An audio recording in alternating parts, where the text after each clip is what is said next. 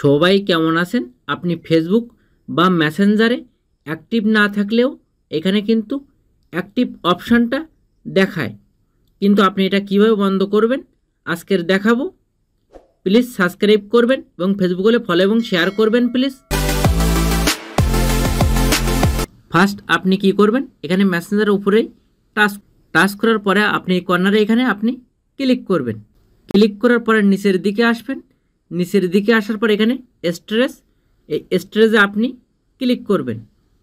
Click করার পরে এখানে ডাটা ক্লিয়ার দেবেন এবং ক্যাশ ডাটা আপনি ক্লিয়ার দেবেন। ক্লিয়ার দেওয়ার পরে ব্যাগে আসবেন। ডাটা ক্লিয়ার দেওয়ার পরে আপনি মেসেঞ্জারে ক্লিক করবেন। ক্লিক করার পরে আপনি কি করবেন, এই থ্রি ডট মেনুর এখানে আপনি ক্লিক করবেন। ক্লিক করার পরে এখানে সেটিং অপশানে ক্লিক করবেন। তারপর নিচের দিকে আসবেন। নিচের দিকে আসার পর এখানে যে দেখতে পাচ্ছেন অ্যাকাউন্ট সেন্টার, এখানে আপনি ক্লিক করবেন। ক্লিক করার পরে এখানে দেখতে পাচ্ছেন পাসওয়ার্ড অ্যান্ড সিকিউরিটি, এখানে আপনি ক্লিক করবেন।